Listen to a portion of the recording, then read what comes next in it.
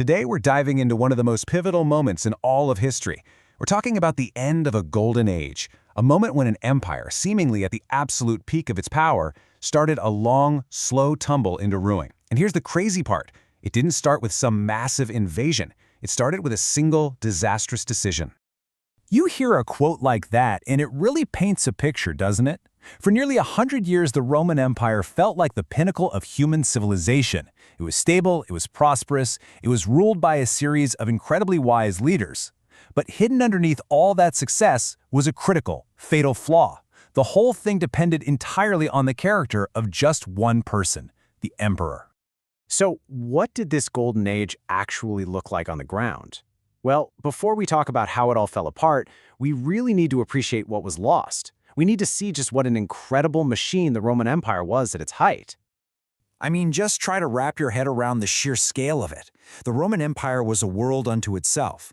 We're talking from the misty hills of Britain all the way to the deserts of Mesopotamia, and it was all tied together by this unbelievable network of stone highways and massive aqueducts. For almost a century, this whole vast territory wasn't ruled by tyrants, but by a string of really respected leaders who kept the peace, an era we now call the Pax Romana.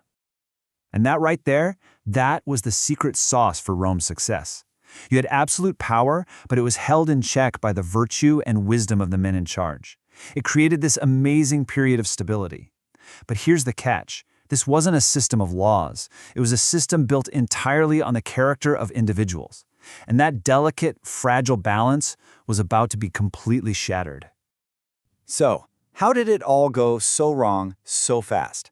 Well, the Golden Age didn't just fade away, it slammed to a halt. It ended with the death of its last great emperor, Marcus Aurelius, who made one fateful, truly catastrophic mistake.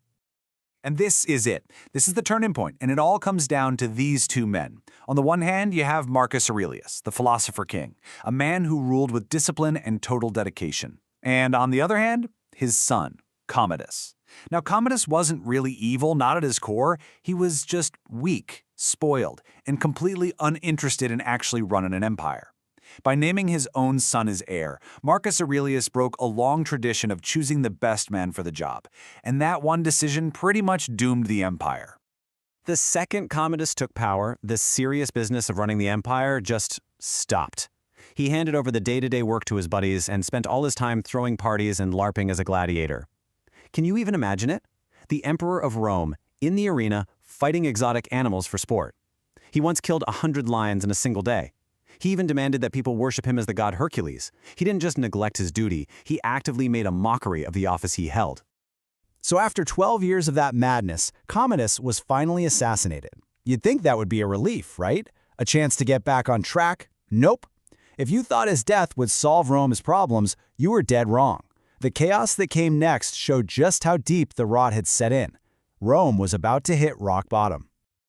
And this was the question on absolutely everyone's mind.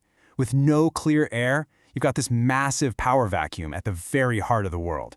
Who could possibly step in to fill that void?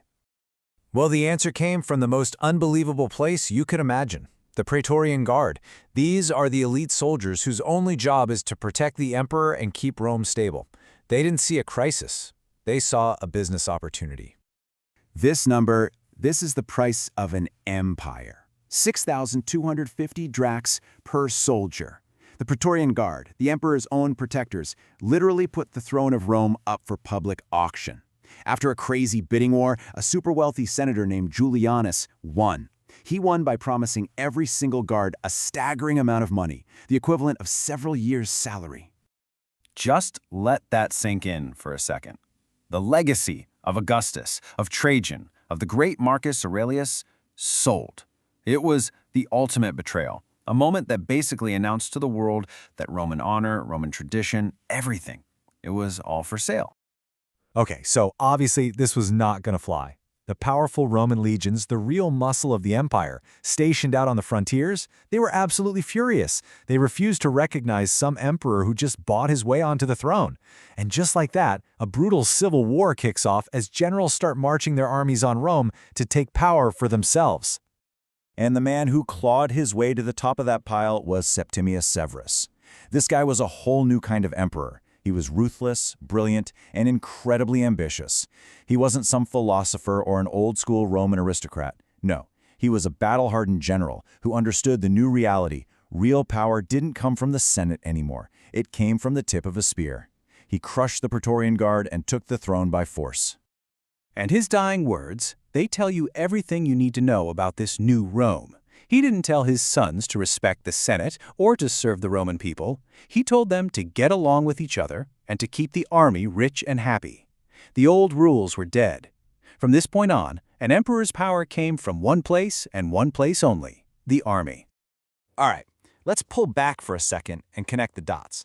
The disastrous reign of Commodus, the auction of the empire, the rise of a military strongman like Severus, these weren't just a series of crazy, isolated events.